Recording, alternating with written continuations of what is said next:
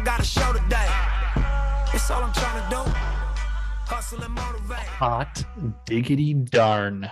Do we have one hell of a special guest for you guys today, bringing you all the facts, real estate law facts just on life and what the guy likes doing. Mitch, tell us.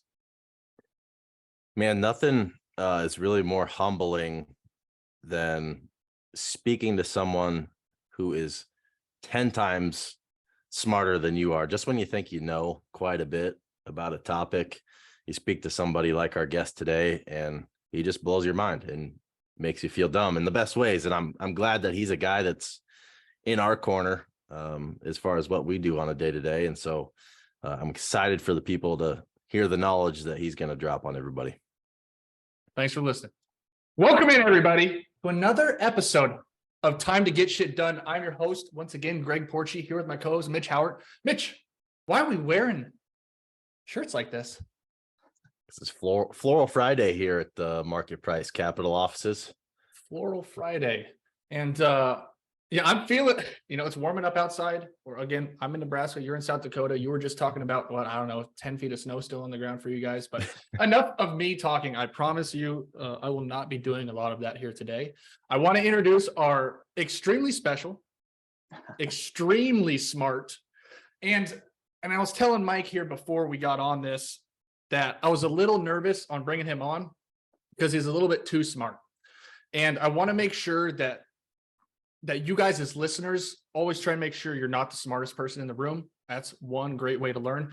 This is Michael Kuzma, lawyer extraordinaire, real estate investor here in Lincoln, Nebraska, and really all over the Midwest, right, Mike? Yeah. So I actually live in Elkhorn. So I'm like right smack dab, and I'm like far west Omaha, although we're longtime Lincoln folks. And yes, so like my practice, stretches over Nebraska and Iowa and South Dakota. Yeah. And I think we got introduced over a deal up in your neck of the woods. Mm-hmm. Shoot, probably would have almost been about a year ago. Yeah. Now, I don't know if we are planning on throwing a party for like a 1-year anniversary, but it's something that we can talk about surely after this. Absolutely. But sorry. No. I was going to say, and as you know, once we get the value add piece of that deal done, and then there will definitely be a party. But that's something that we can talk about here later as we get farther into the podcast. But, you're setting the stage. I feel like you should be interviewing me here today, Mike. A little bit too smart, like I said. But no, and as I said, lawyer and real estate investor. And so what we try and figure out from our guests, our interviewees, is kind of how they got into the real estate industry and why this asset class. So first off, like I had the very fortunate opportunity to like formally study real estate in law school, right? And so at the time I am, fresh out of grad school, I am like many young entrepreneurial types. I'm young, I'm smart, and I don't really have any capital. However, sitting in class, thought, man, first off, real estate is one of those areas that really just, you can't do it without law. I mean, it underpins so many things that are done in real estate. And so I found that really interesting. Then right out of my first job, I got to clerk at a firm called Keating O'Gara, Nedved and Peter here in Lincoln. Great old, 100-year-old firm. And got to work under a partner that was doing a lot of real estate deals. So that was the first time, I was exposed to, drafting purchase agreements and LLCs and structuring and deeds and, kind of the nuts and bolts and mechanics of real estate. And that is when sort of the light bulb went off of, ooh, I get to learn how to do this by doing it for other people, but I should start doing this for myself as soon as possible. And so that kind of, that seed started to grow, and I started to think about that. And so as I went through law school, and I worked all along the way at law firms doing they're called clerkships. It's kind of like it's kind of like residencies for doctors, and learned from a bunch of great mentors and some really experienced guys. And then by the time I graduated, in 2011, we a couple of friends from undergrad, Scott Lloyd, who you know very well, we all pitched in. I think it was $5,000 each, and started KL Capital Investments. And that was really the genesis. Now, what can you do with $15,000 of capital in real estate? And the answer, of course, is not very much. So I think our first actual investment was in tax liens in Nebraska, which have this great statutory framework, which again got to formally study and thought, oh, this is doable. And that was a really good sort of segue into it. But as I've gone farther along in my career, I've gotten to just sort of see the ins and outs of real estate and how it's a core asset class, and how it fits in with again different LLC structures, trusts, how deals are done, how those contracts are done. I would say most importantly, business divorces. I'm working on a case right now at the office where we've got two guys in their 70s, phenomenally successful. They're going to be like you two, right? Doing Floral Fridays, Of course. With an eight figure portfolio that they built up from nothing. However, what these two gentlemen didn't do was they didn't talk to a lawyer until they got into a knockdown drag out fight. And so now we're in like scorched earth litigation over it. So, I get to see sort of the full business cycle from, idea to capital raising to execution to breakup, or in this particular instance, the death of an LLC. Yeah. And I think you bring up a good point. And it wasn't something necessarily, I guess, probably that Mitch and I thought about when we first started our LLC, was the legal side of things. And it gets a little dicey, I guess. And a lot of people say, don't go into business with your family, don't go into business with your friends. And this is a little bit different than me being a manager somewhere hiring Mitch on, or Mitch being a manager somewhere hiring me on, and then one or the other gets a little lackadaisical, right? I'm working with my friend. This is more like capital intensive. And what you had said is you guys didn't have a lot of money at the time, each pitched in $5,000. Do you have, or is there any value, or did you guys ever think, or did you guys even know about private money or hard money at the time to where you thought that might have been able to help you scale from the start? Or what are your thoughts on those? So, we were never really into flipping. And I think that's really more where you get sort of the hard money thing. I conceptually understood it. And a lot of farmers and a lot of folks do sort of hard money where for those of you listeners who aren't familiar with the concept, it's where you've got a private promissory note layered on top of what's called a deed of trust, depending on what your jurisdiction. That's a Nebraska thing. And so it's a way to sort of have essentially secured loans with real estate. But no, we didn't, because we all had great careers. And so the goal was, we were going to do this. We were largely self-funded for the first like 6 years, and then only then started taking on investor money and a couple of private notes. So yeah, I was conceptually aware of it. Now, if I had to go back and start over again, one of the things that I would definitely do is look into that. Seller financing, which is a form of hard money lending, and a lot of sort of the creative, deal structures that are out there. I think I would have done that as well, if I could go back, 15 years and start over. Or back to when you were 40 or so? Yeah, precisely.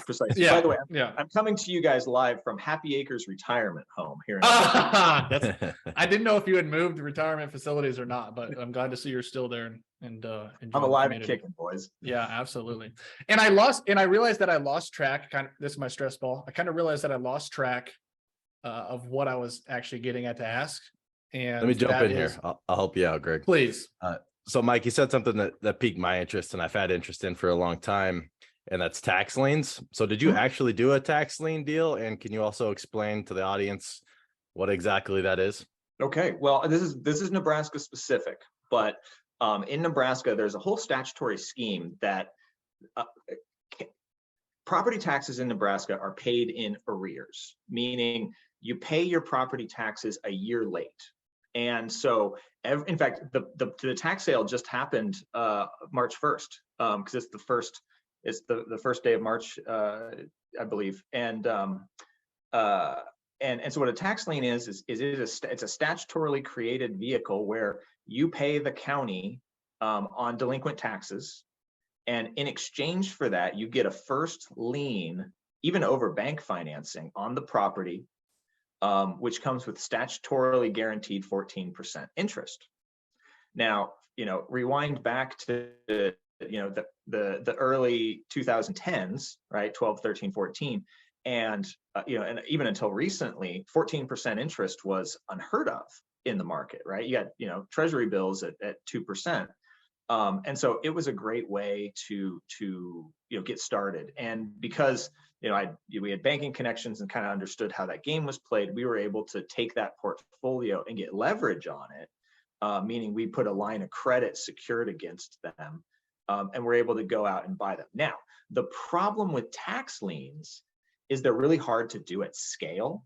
And so what I mean by that is the Nebraska has a really kind of old school lottery system. So you actually need like numerous physical people to attend the sales and, literally put your number or your name in a hat and get your number pulled.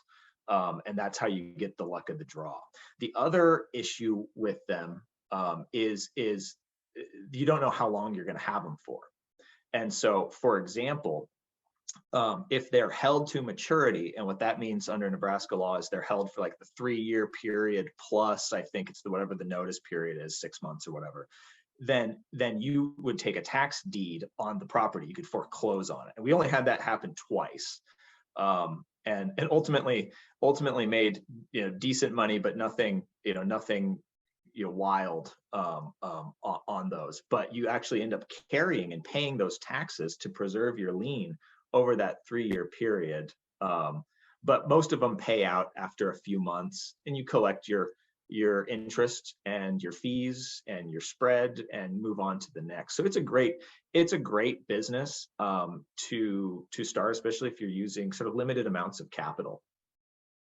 And so if I'm right, from when I lived in Omaha, I remember there's a list on the Douglas County assessor site where you can go down and essentially just pay people's taxes, correct? Mm-hmm. Correct. Now, it's only on a prescribed day, every year, and every county does it just a little bit differently. But yes, that's exactly it. Do you know how many states are similar to Nebraska in this aspect? Don't know. I'm not sure. I think South Dakota has something similar, Sure. but we only operated in Nebraska. And so is there anything you need to do before scrolling down the website and just clicking pay on other people's taxes? Yeah, so you got to get registered to be a bidder. Okay. And virtually every county treasurer, county assessor site, they'll have like a Q&A, like how you do it. Especially now, I mean, I guess this was, over 10 years ago, it was a little bit more opaque. So there was a little bit more of like calling down. We were located in Lincoln, back then. And so we did Gage County and Johnson County and Lancaster County, which is all sort of in that immediate Lincoln area.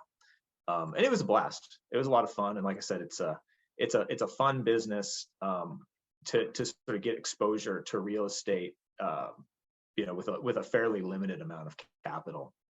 And every once in a while, you hit a home run and you get those that mature, and you're allowed to, like I said, foreclose on the property, which, ultimately you end up taking the property for about 10% of its 11% of its taxable value, if you get it to mature, which is, obviously an insanely good deal.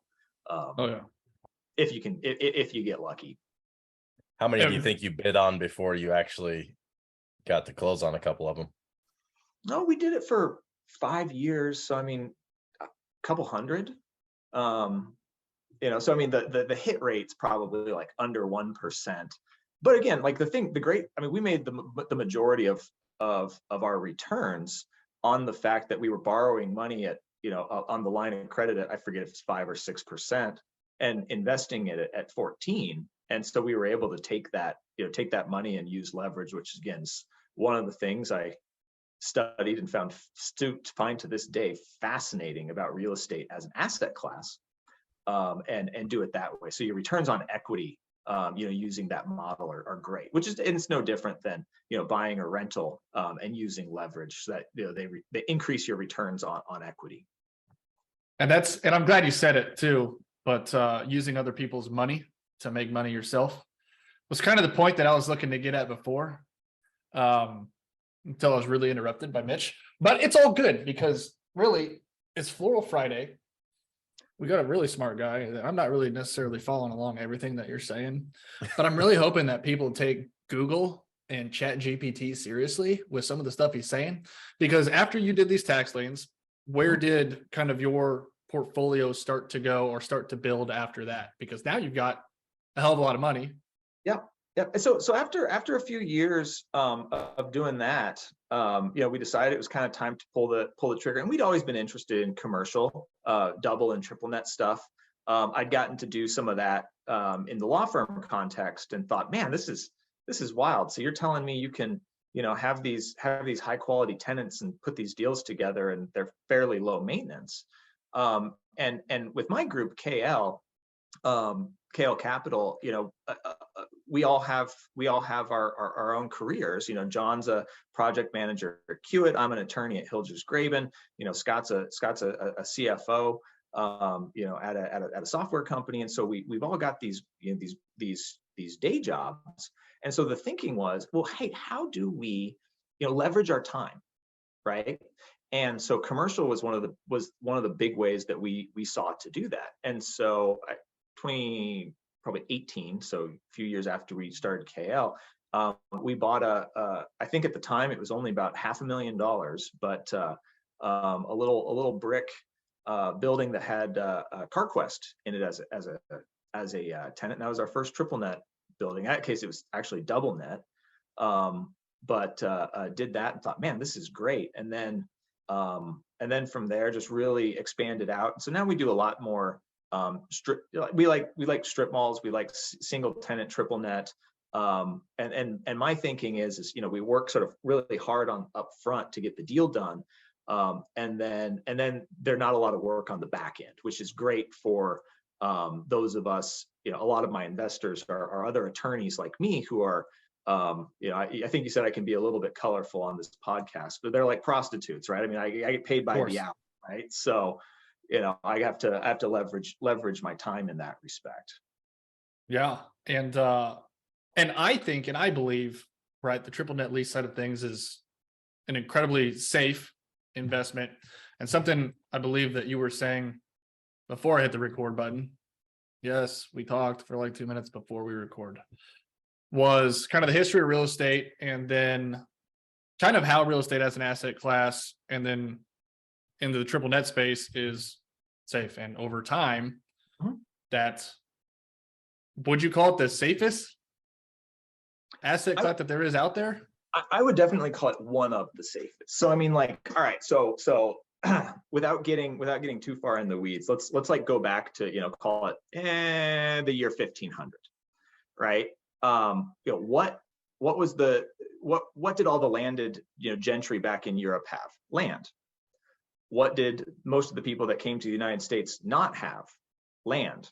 What did the United States have in tremendous abundance? Obviously, cultural and historical problems that occurred, notwithstanding, there was just a ton of land out here. And that was a huge draw because, back in the old world, whether it was Europe or Asia or wherever, that land and ownership of it was the key to aristocracy, wealth, etc.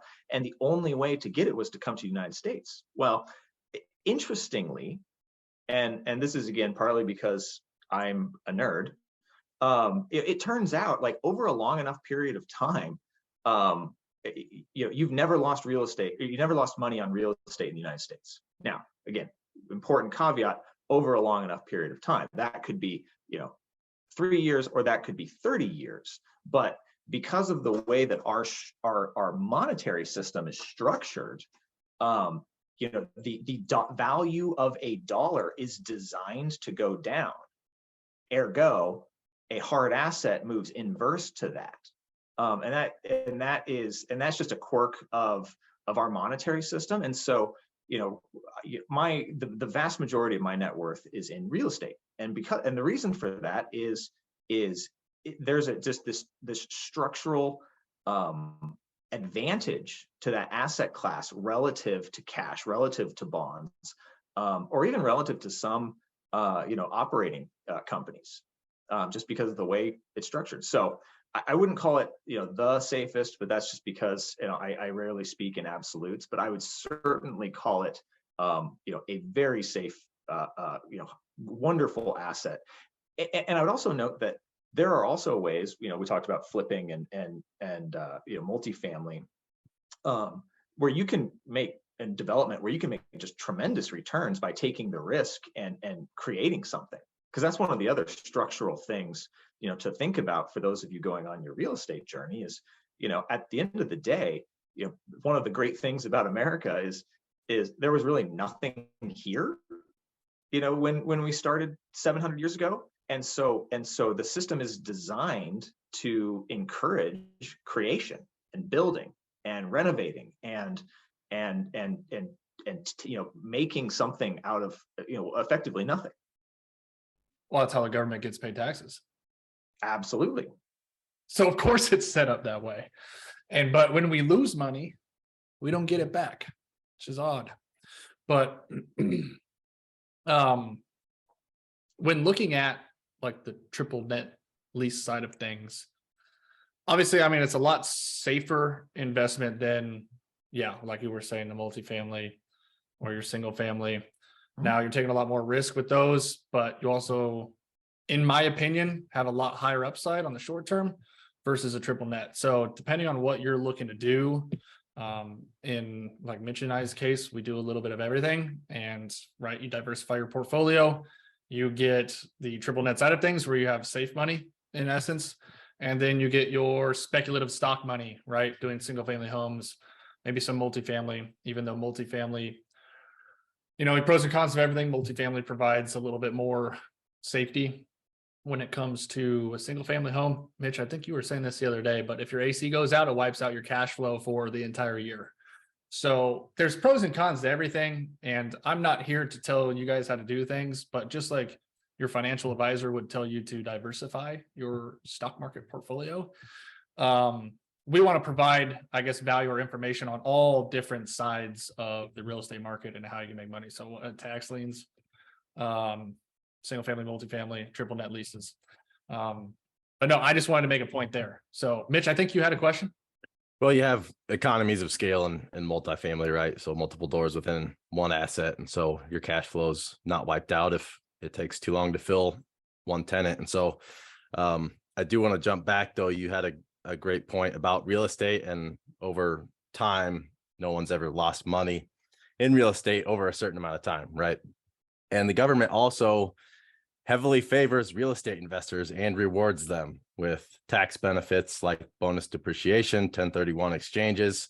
Can you talk a little bit, Mike, about what is a triple net lease and what is a double net lease for some of the listeners?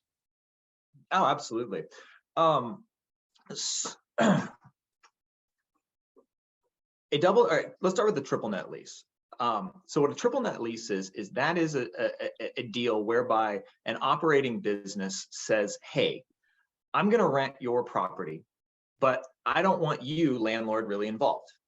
So we're going to rent it, and we're going to pay you for the taxes, insurance, upkeep, maintenance, etc.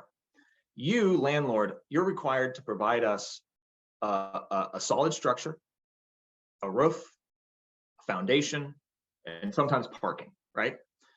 And in exchange for that, we're going to pay you, and you stay out of our hair.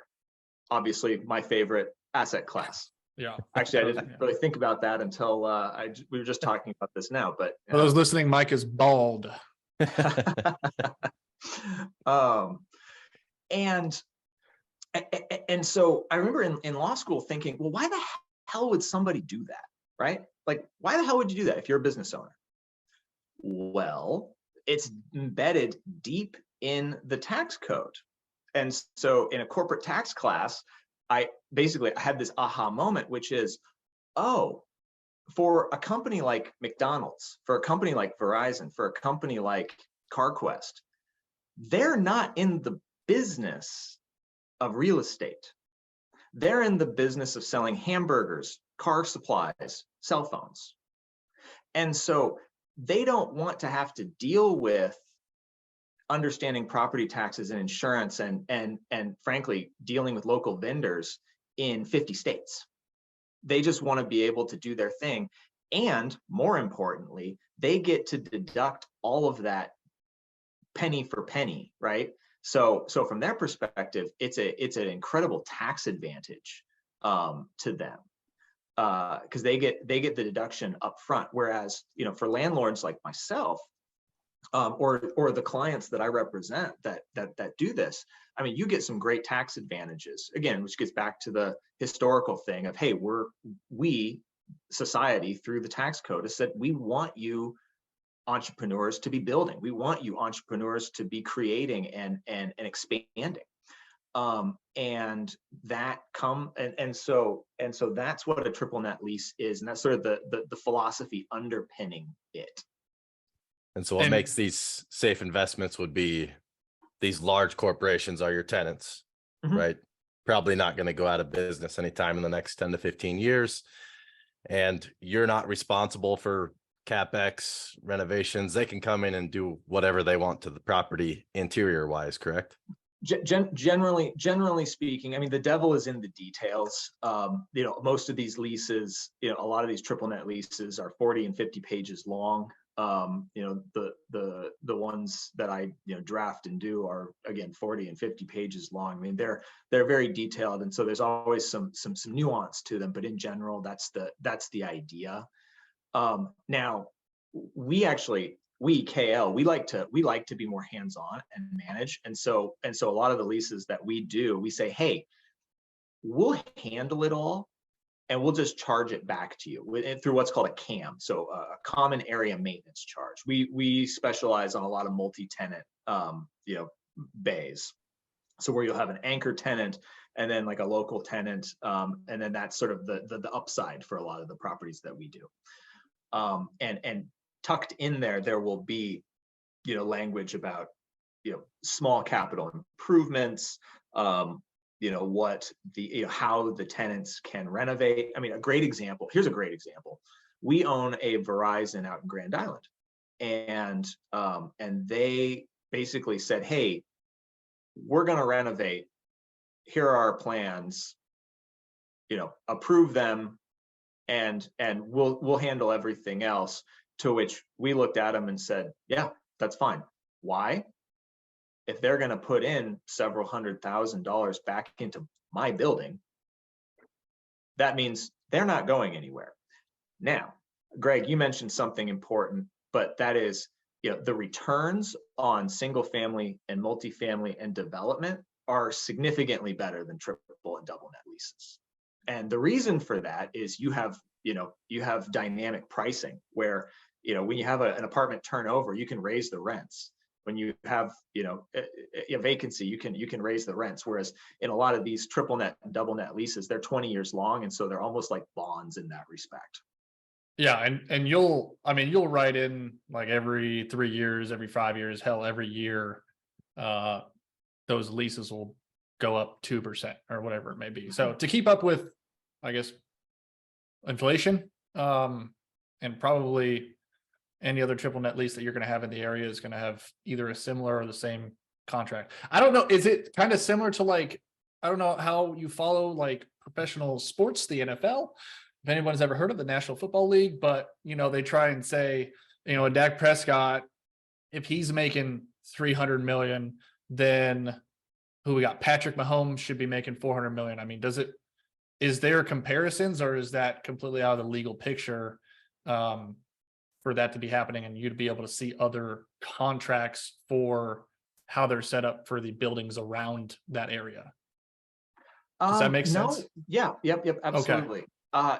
No, that is a very opaque market. However, there are paid services through Crexi, Tripwire, Bloomberg, where some of that data will be reported and aggregated. And so you can sort of get snippets and ideas of where market rents are. So Sure. for example, you know, a Starbucks, a 2,000 square foot Starbucks triple net lease in, say, downtown Chicago might have a base rent of $70 per square foot, whereas a triple net Starbucks in, say, Sioux Falls, South Dakota, one of my favorite jurisdictions, one of my favorite cities, it might only be $22 a square foot. Well, why? Because Chicago is a city of 8 million people and Sioux Falls is a town of 300,000. And so with a lot more building and land development potential. And so that data nationwide will get aggregated. So you can get general ideas, but it's not, you're not going to be able to click on a Zillow link and see what it is. Yeah. I think that's a lot of just being in the market or in a particular market for a certain amount of time. I mean, you're not going to go to Spain and learn Spanish within a week. So it's kind of about putting yourself within the scenario, talking to people within those markets, talking to people like Mike, talking to your realtors who may have been doing this for 5, 10, 15, 30 years, and being able to figure out from them, because it's not going to be a one size fits all type of industry. But I want to touch too, and I don't even know if touch on anything here, but you mentioned McDonald's in the triple net lease space. You ever watch The Founder with Ray Kroc? Not yet. It's on my list. That's where me personally, and I know you did not ask, but I'm going to tell you anyway. That's where me personally, I ended up getting kind of the idea that I wanted to get into land at some point in my career. I think I watched it. Oh God. I mean, I must have been in high school or something. I'm not even sure when it came out, but that's kind of when I hit like an aha moment, like, holy shit, like Ray Kroc is smart as shit in doing that. And after he got kicked out, I think, of the McDonald's side of things, and took I'm ruining it for those who haven't seen it. Never mind. But I mean, it's a pretty famous story. I mean, I don't think it's not a spoiler. Yeah, that's fair. But that's like I said, you can get inspiration from anywhere. But a lot of the people that we've brought on so far, we've asked kind of from the education standpoint or from books that they've read, like which ones, or if there's any that come to mind in particular. I think I've talked to you about this before, but are there any books or a book that comes to mind and like that gives a pretty good blueprint of how you can enter this industry and stay in it for a long time? Well, the sort of the seminal book for me that got me thinking I think most everyone has read it, and I read it in undergrad, was Rich Dad Poor Dad. Yep. I think virtually anyone who has gotten into real estate, you know, even for those that were like born into it, you know, I think have read it at some point.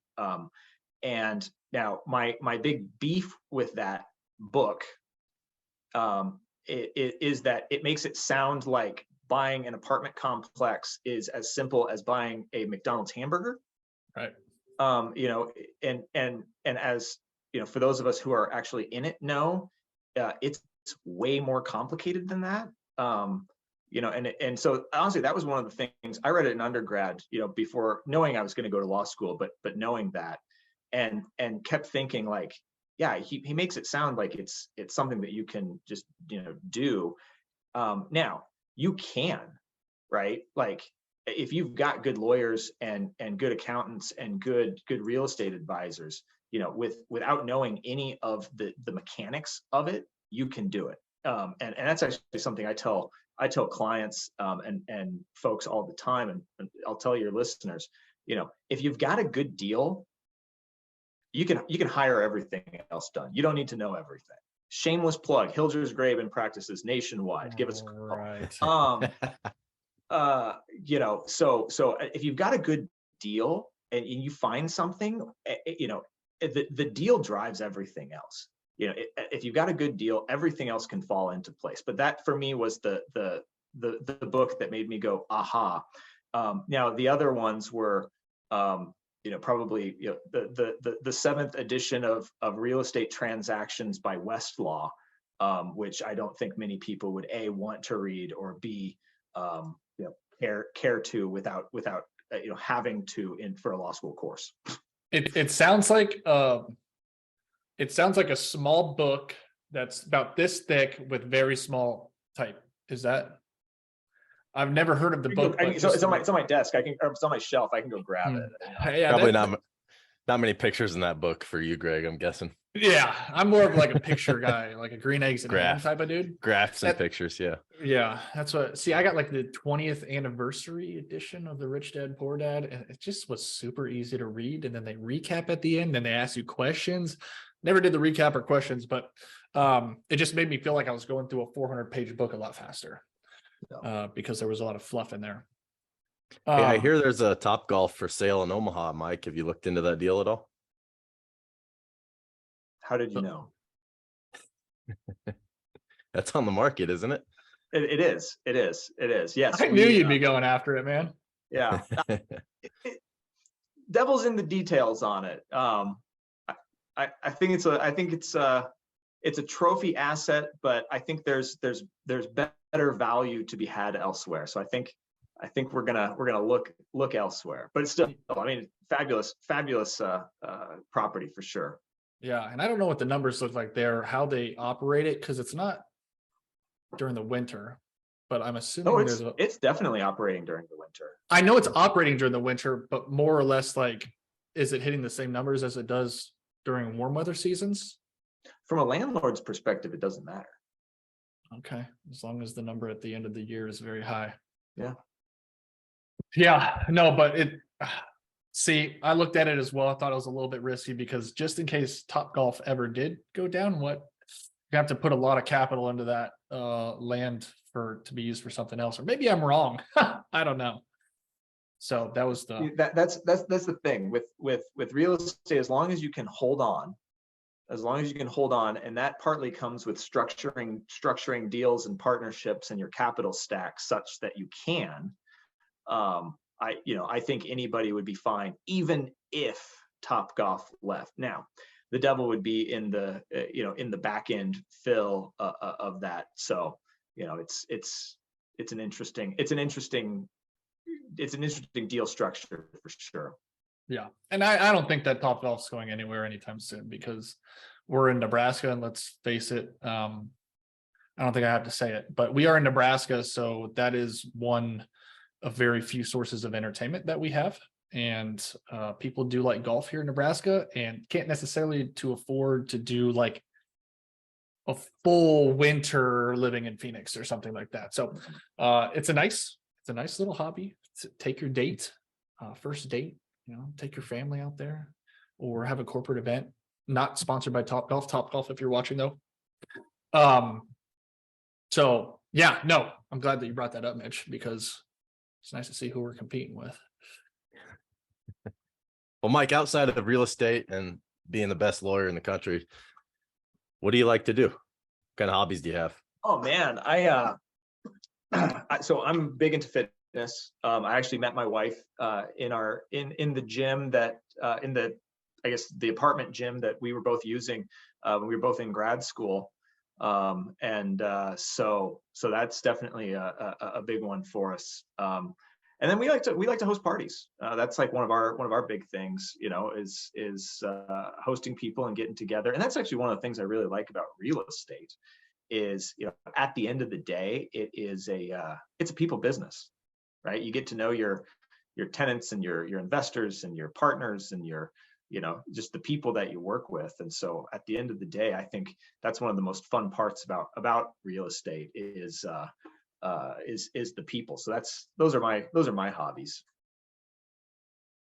Any CrossFit or what kind of workout are we doing here? So funny enough, I did CrossFit until I hurt my shoulder. Right now I am going to a yoga studio that's actually kind of fun out here in West Omaha. And then we have a home gym that we do. And then actually, like, once the weather warms up, Tim Ferriss, my man, talks about rucking. Like like it is exactly what it sounds like. Put on a heavy backpack and walk. Sounds easy. It's kind of like the rich dad, poor dad, like go out and buy an apartment complex. Easier than it sounds. Like it sounds really easy until you actually do it. Now, do you do it up hills or just like you're walking down the street? Oh, like up hills all around, like the twin Two Rivers National State Parks kind of nearby our place. So I'll go out there and do it, and you know, up and down and all over the place. It's fun. You just throwing a bunch of your law books in there? I use plates, but that's actually not a bad idea. Plates. Interesting. Like plates that you don't use anymore? Like weighted plates. Oh, look at me thinking about dinner already. Yeah. Jesus, my bad. Somebody's hungry. Okay. Yeah, well, just got a good workout in, Mitch. Maybe you know something a little bit about that. Nope, I don't work out.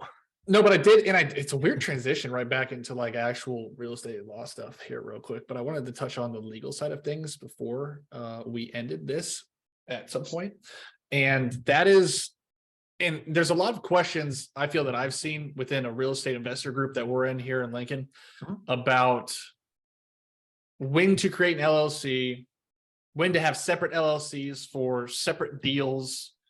Some people asking about having a separate LLC for every single deal they do. And I believe what they're looking at is liability side of things. So if you had someone diversifying their portfolio, right, that I'm preaching, like I'm a gospel preacher right now. If you had someone doing your different multifamilies, your flips, you're getting into triple net lease deals, what is your not legal advice? This is not legal advice. What is your not legal advice on how to structure, and it's going to vary, but different LLCs and when you should or when you should not create a new one for different deals? Well, let's start with a more concrete example. Give me a hypothetical portfolio. Let's talk about 5 single family rentals, and let's talk about 2 triple net lease deals that you have. Let's just say one in Illinois, one in South Dakota. Who knows if that makes a difference? Okay. And then let's talk about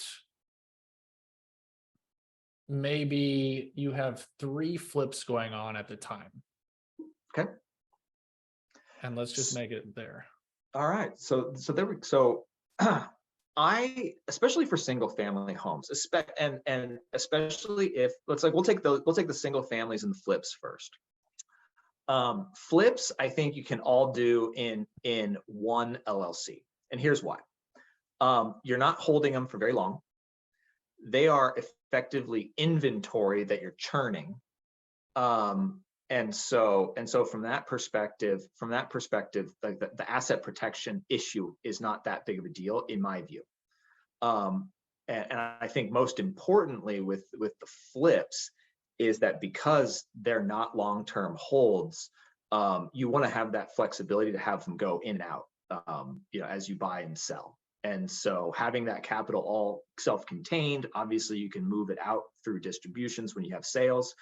I think that's a perfectly fine approach. I think you could do that with 50, 100 flips in a single LLC. To the single family portfolio, so you talked to five single family portfolios. My answer to, or my five single family homes, I think my answer to that would depend on a couple of things. One, are they all located in the same state? If so, okay, we could have them all be in the same LLC. 2, approximate size.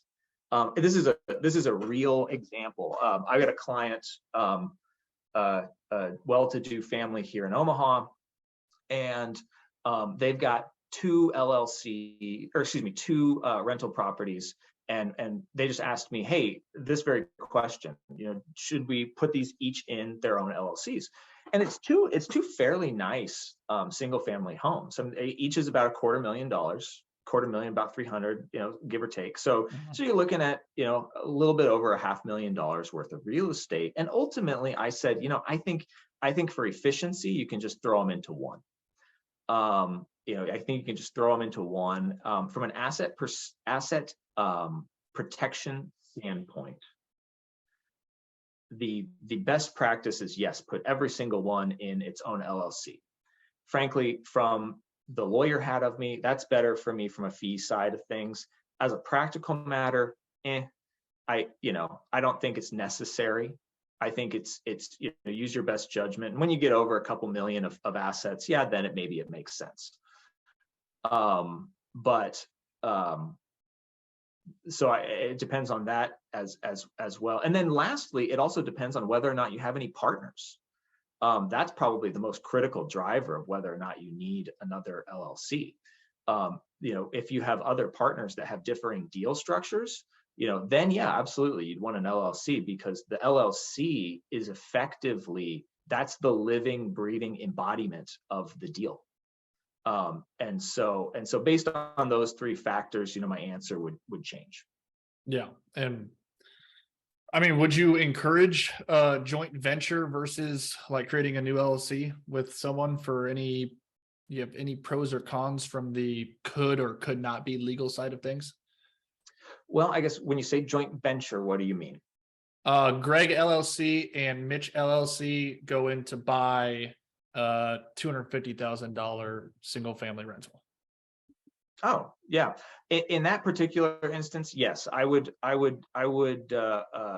it. I would absolutely do a joint venture LLC in that respect. And the reason is because each member is probably contributing, separate capital and separate, stuff, know-how, et cetera. So in that case, it makes it cleaner.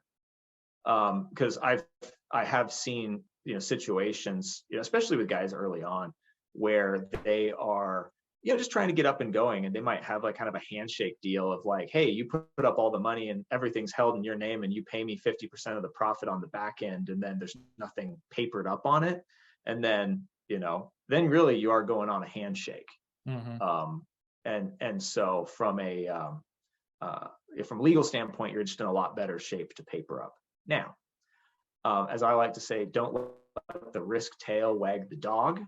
So if it's an uncle, or you're trying to get up and going, yeah, you can take some risk, right? I think that's fine.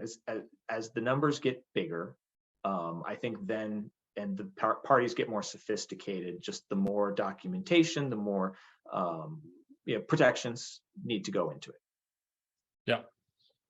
And and you see, with the invention of social media and how news outlets are these days, it's like there's a lot more just random lawsuits and maybe we just didn't hear about them in the past, but with social media, right, you can defame people, and then all of a sudden you're getting sued for $5 million.